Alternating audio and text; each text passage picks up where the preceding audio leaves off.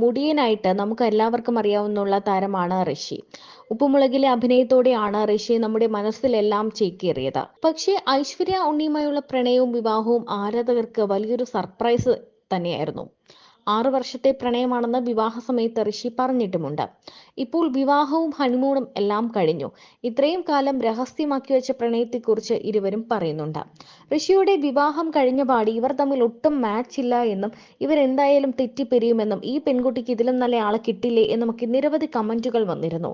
എന്ത് കണ്ടിട്ടാണ് ഇവർ വിവാഹം കഴിച്ചത്? കൊച്ചു പിള്ളേരല്ലേ, ഇവരെങ്ങനെ ജീവിക്കും? അവനാണെങ്കിൽ നല്ലൊരു ജോലിയില്ല, ഡാൻസറാണ്, അവളും അഭിനയത്തിൽ, ഇവരെങ്ങനെ മുന്നോട്ട് പോകും എന്നൊക്കെ നിരവധി പേർ ചോദിച്ചിരുന്നു. ഋഷിയുടെ ഒരു മ്യൂസിക് ആൽബത്തിന് വേണ്ടിയാണ് ഐശ്വര്യ ഉണ്ണിയെ പരിഗണിക്കുന്നത്. പല പ്രൊഫൈലുകളും വന്നിരുന്നു. അതിൽ ഋഷിയുമായി മാച്ച് ചെയ്യുന്ന പെൺകുട്ടിയെയാണ് ടീം തിരഞ്ഞത്. ഐശ്വര്യ ഉണ്ണിയുടെ പ്രൊഫൈൽ കണ്ടപ്പോൾ ആൽബത്തിലേക്ക് മാത്രമല്ല ജീവിതത്തിലും തനിക്ക് ചേരുന്നതാണെന്ന് ഋഷിക്ക് സ്പാർക്ക് അടിച്ചു. പക്ഷെ അപ്പോഴൊന്നും പറഞ്ഞില്ല. ആൽബത്തിന് വേണ്ടി ഐശ്വര്യയെ പ്രത്യേകം ഓഡിഷനൊക്കെ ചെയ്ത് സെലക്ട് ചെയ്തു. ആ ബന്ധം സൗഹൃദമായി. ഋഷിയുടെ പെരുമാറ്റത്തിൽ നിന്ന് തന്നോട് ഇഷ്ടമുള്ള കാര്യം ഐശ്വര്യയ്ക്ക് അറിയാമായിരുന്നു. താൻ അവളെ കഷ്ടപ്പെട്ട് ഇംപ്രസ് ചെയ്യിപ്പിക്കുമായിരുന്നു എന്ന് ഋഷിയും പറയുന്നു. പക്ഷേ ഐശ്വര്യ ശരിക്കും ഇംപ്രസ് ആയത് ഒരിക്കൽ രാത്രി 11 മണിക്ക് തനിക്ക് ഏറ്റവും പ്രിയപ്പെട്ട ബോണറ്റ് കൊണ്ടു കൊടുത്തപ്പോഴാണ്.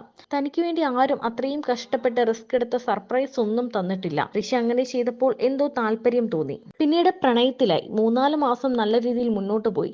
ഐശ്വര്യ പഠിക്കുന്ന സേലത്ത് വന്ന് ഋഷി പിക്ക് ചെയ്തു വരുമായിരുന്നു. പിന്നീട് ചില അസ്വാരസ്യങ്ങളൊക്കെ വന്നു തുടങ്ങി. എന്നും വഴക്ക്, പറയുന്നതൊന്നും പരസ്പരം മനസ്സിലാക്കാൻ പറ്റുന്നില്ല. അവസാനം ബ്രേക്കപ്പ് ആകാം എന്ന് ആദ്യം പറഞ്ഞത് ഐശ്വര്യയാണത്രേ. താനും പറയാൻ ഓർത്തിരിക്കുവായിരുന്നു ബ്രേക്കപ്പ് എന്ന് ഋഷിയും പറഞ്ഞു. 1.5 മാസത്തോളം ഇരുവരും പിരിഞ്ഞിരുന്നു. ഋഷിയെ ഓർക്കാറുണ്ടായിരുന്നുവെങ്കിലും വഴക്കോർത്ത് ഐശ്വര്യ മനഃപൂർവ്വം മറക്കാൻ ശ്രമിച്ചു. പക്ഷേ ഋഷിക്ക് അതിന് സാധിക്കുമായിരുന്നില്ല. 1.5 മാസത്തിന് ശേഷം വീണ്ടും ഐശ്വര്യയെ വന്ന് കണ്ടു. നമുക്കൊന്നുകൂടെ നോക്കാം, 1 മാസം കൂടി നോക്കിയിട്ട് പറ്റിയില്ലെങ്കിൽ വേണ്ട എന്ന് വെക്കാം എന്ന് ഋഷി പറഞ്ഞു. താല്പര്യമില്ലായിരുന്നുവെങ്കിലും പിന്നീട് ഋഷിയെ കണ്ടപ്പോൾ സങ്കടം തോന്നി ഓക്കെ പറഞ്ഞു. ആ പാച്ചപ്പാണ് ഇതുവരെ വന്നു നിൽക്കുന്നത്. സത്യത്തിൽ ആ ബ്രേക്കപ്പിന് ശേഷം ഞങ്ങൾ കൂടുതൽ അടുത്തു, പരസ്പരം മനസ്സിലാക്കി. ഒരാൾ വിട്ടുകൊടുത്താൽ മാത്രമേ ഏതൊരു ബന്ധവും നിലനിൽക്കുകയുള്ളൂ. തെറ്റ് പറ്റിയെന്ന് തിരിച്ചറിഞ്ഞാൽ ഋഷി സോറി പറയുന്നതും അംഗീകരിക്കുന്നതും ഐശ്വര്യയ്ക്ക് ഇഷ്ടമായി. 6 വർഷത്തോളം പ്രണയിച്ചു. പക്ഷെ തങ്ങൾ ഏറ്റവും കൂടുതൽ അടുത്തതും അറിഞ്ഞതും കഴിഞ്ഞ 1 വർഷത്തിലാണ്. ബിഗ് ബോസിൽ വെച്ച് ഈ പ്രണയത്തെക്കുറിച്ച് പറയാതിരുന്നത് മനഃപൂർവ്വമാണ്. ചില രഹസ്യങ്ങൾ അത് പേഴ്സണലാണ്.